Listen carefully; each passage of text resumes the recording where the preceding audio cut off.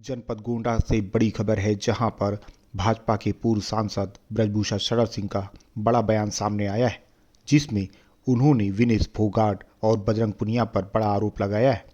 कैसरगंज से भाजपा के पूर्व सांसद व कुश्ती संघ के पूर्व राष्ट्रीय अध्यक्ष ब्रजभूषण शरण सिंह ने बजरंग पुनिया और विनेश फोगाट के कांग्रेस ज्वाइन करने पर बोले हैं कि कांग्रेस के षड्यंत्र का पर्दाफाश हो गया है। जब आंदोलन शुरू हुआ था तभी हमने कहा था कि जंतर मंतर पर खिलाड़ियों का आंदोलन नहीं है, ये एक राजनीतिक षड्यंत्र के तहत आंदोलन किया जा रहा है। इस षड्यंत्र के पीछे दीपेंद्र हुड्डा और भूपेंद्र हुड्डा का हाथ है, जिसकी फाइनल स्क्रिप्ट कांग्रेस के कार्यालय में लिखी गई थी। अब जनता फैसला करेगी और कांग्रेस के जिम्मेदारों को इसका भुगतान करना पड़ेगा। इन लोगों ने खेल खिलाड़ियों और हमारा भी अपमान किया है। इन लोगों ने महिला खिलाड़ियों का भी अपमान किया है।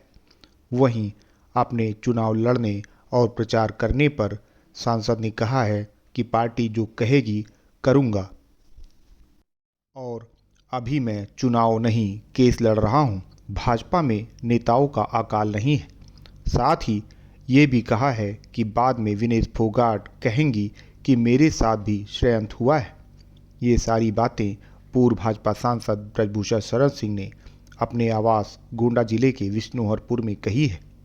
गोंडा से अपने सहयोगी के साथ अभिषेक शर्मा की रिपोर्ट। होने वाला नहीं है। जिस तरीके से दो कैटेगरी में इनको वहाँ ओलंपिक में गई, कैसे देखते हैं एक खिलाड़ी दो कैटेगरी में जाता है? नहीं, मैंने अभी कहा था कि एक दिन में एक खिलाड़ी दो वेट कैटेगरी में वजन नहीं दे सकता। एक दिन में एक खिलाड़ी दो वेट कैटेगरी में वजन नहीं दे सकता। ये कुश्ती का रूल है, UWW का रूल है। विनेश ने एक दिन में दो वेट कैटेगरी में ट्रायल दिया, वजन के बाद 5 घंटे कुश्ती रुकवाए रखा।